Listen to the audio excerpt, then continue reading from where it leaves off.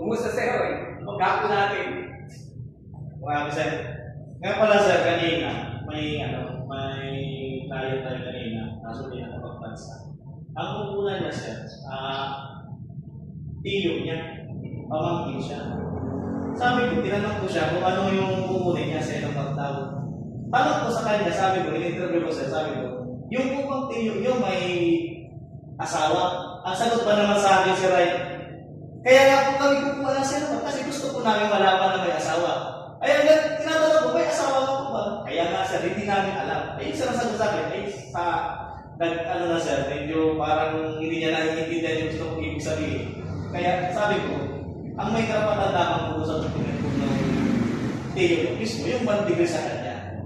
Eh, pinipilit niya na gusto niya, yung asawa, gusto na niya malaman kung may asawa o wala. Kaya ang mahirap, nandun tayo para tumayo ba ng tama. Under the Data Privacy Act, the PSA is required to observe what is mandated by law to protect the rights of every individual, to protect the privacy of every individual. Tayo sa PSA, required lang tayo mag-release base sa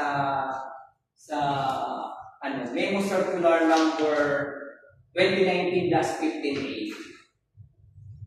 Kung CENOMAR ang kailangan, personal in nature ang consent ng CENOMAR. Only the document owner may request this CENOMAR o CENOMAR.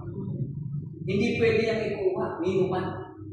Unless pwede yung ikuha, authorized by him or her.